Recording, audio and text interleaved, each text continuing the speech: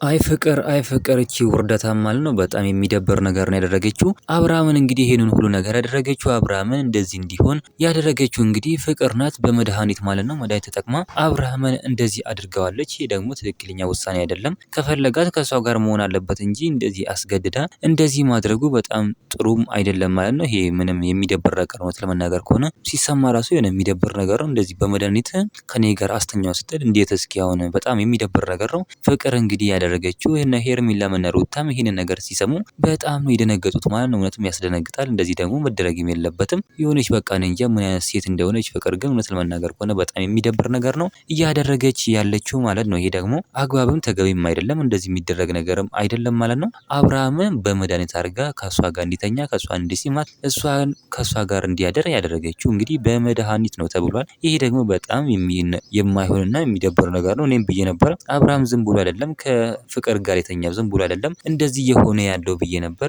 ለካስ በመድሃኒት ማለት ነው። በቃ በመድሃኒት ነው እንደዚህ ያደረገችው። እነ ዳኒም እንግዲህ ምንድነው ጉዳዩ ብሎ እያጣሩ ነበር። እነሱ ናቸው ያገኙት ይሄንን ነገር። በጣም የሚደብር ነገር ነው። እነ ሩታም እና ሄርሜላም ሰሙ በዚህ ነገር በጣም ደንግጧል፣ ተደናግጦ ነው ያሉት። ይሄ ደግሞ አግባብም ተገቢም አይደለም። እንደዚህም አይደረግም ማለት ነው። እንደዚህ አይነት ነገር በጣም የሚደብርና በቃ ለጆሮ ራሱ መስማት የሚደብር ነገር ነው። እንግዲህ እየሆነም እየሰማን ያለ ነው። እንደዚህ አይነት ነገሮችን አናበረታታም ማለት እንፈልጋለን። ሩተኛ እንቁኛ ጀግና ደግሞ አብርሃም ሄደ መጣ ገባ አልገባ ምንም አያገባትም። በቃ ፈታ ብላ መኖር ትችላለች። ሩታ በጣም ጠንካራና በጣም ጀግና ሴት ናት። ልዑሌን አጠገቧ አለ። ኤፋ ወንድማችን ኤፍሬም የሩትዬ መከታም ካጠገቧ አለ።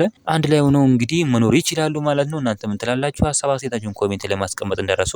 ቪዲዮ ላይክ ቻናሉን ሰብስክራይብ ማድረግ እንዳትረሱ። ሌላ ቪዲዮ እስከምንገናኝ በያላችሁበት የዓለም ዳርቻ ሰላማችሁ ብዝት ይበልልኝ። ደህና ሁኑልኝ።